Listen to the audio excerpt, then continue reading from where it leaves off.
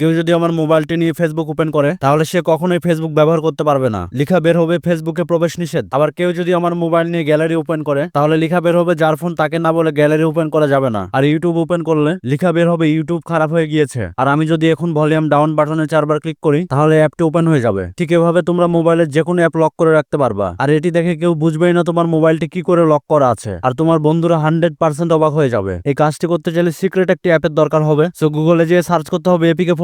এবার প্রথমে আসা লিঙ্কে ক্লিক করতে হবে। এখন উপরে একটি সার্চ আইকন দেখবা, সেখানে তোমাদেরকে AJ3 দিয়ে সার্চ করতে হবে। তো AJ3 দিয়ে সার্চ করলে এরকম একটি পোস্ট পেয়ে যাবা। এই পোস্টে ক্লিক করে স্ক্রল করে নিচে যেতে হবে। দেন এই পিকচার গুলো সেট করতে চাইলে পিকচার বাটনে ক্লিক করে ডাউনলোড করতে পারবা। আর ডাউনলোড অ্যাপে ক্লিক করলেই অ্যাপটি ডাউনলোড হয়ে যাবে। অ্যাপটি ওপেন করে নেক্সটে ক্লিক করে ভলিউম ডাউন বাটনে 4 বার ক্লিক করতে হবে। এরপরে নেক্সট করে সেম কাজ আবার করতে হবে। এরপরে কনফার্মে ক্লিক করে ভলিউম ডাউন বাটনে 4 বার ক্লিক করতে হবে। এরপরে অ্যাপ লক অপশনটা অন করে দিতে হবে। একটু মনোযোগ দিয়ে সেটিং গুলো দেখো, তাছাড়া কিন্তু সেট আপ করতে পারবা না। এরপরে যে অ্যাপটি লক করতে চাও ডান পাশে দেখবা লক আইকন, সেখানে ক্লিক করতে হবে। এরপরে ব্ল্যাকে ক্লিক করে কাস্টমে ক্লিক করতে হবে। তারপরে গ্যালারি থেকে ওই ছবিগুলো সেট করতে হবে। তাহলে তোমার কাজ শেষ। এখন যদি আমি ওই অ্যাপটি ওপেন করি তাহলে দেখবা লকটি সেট হয়ে গেছে।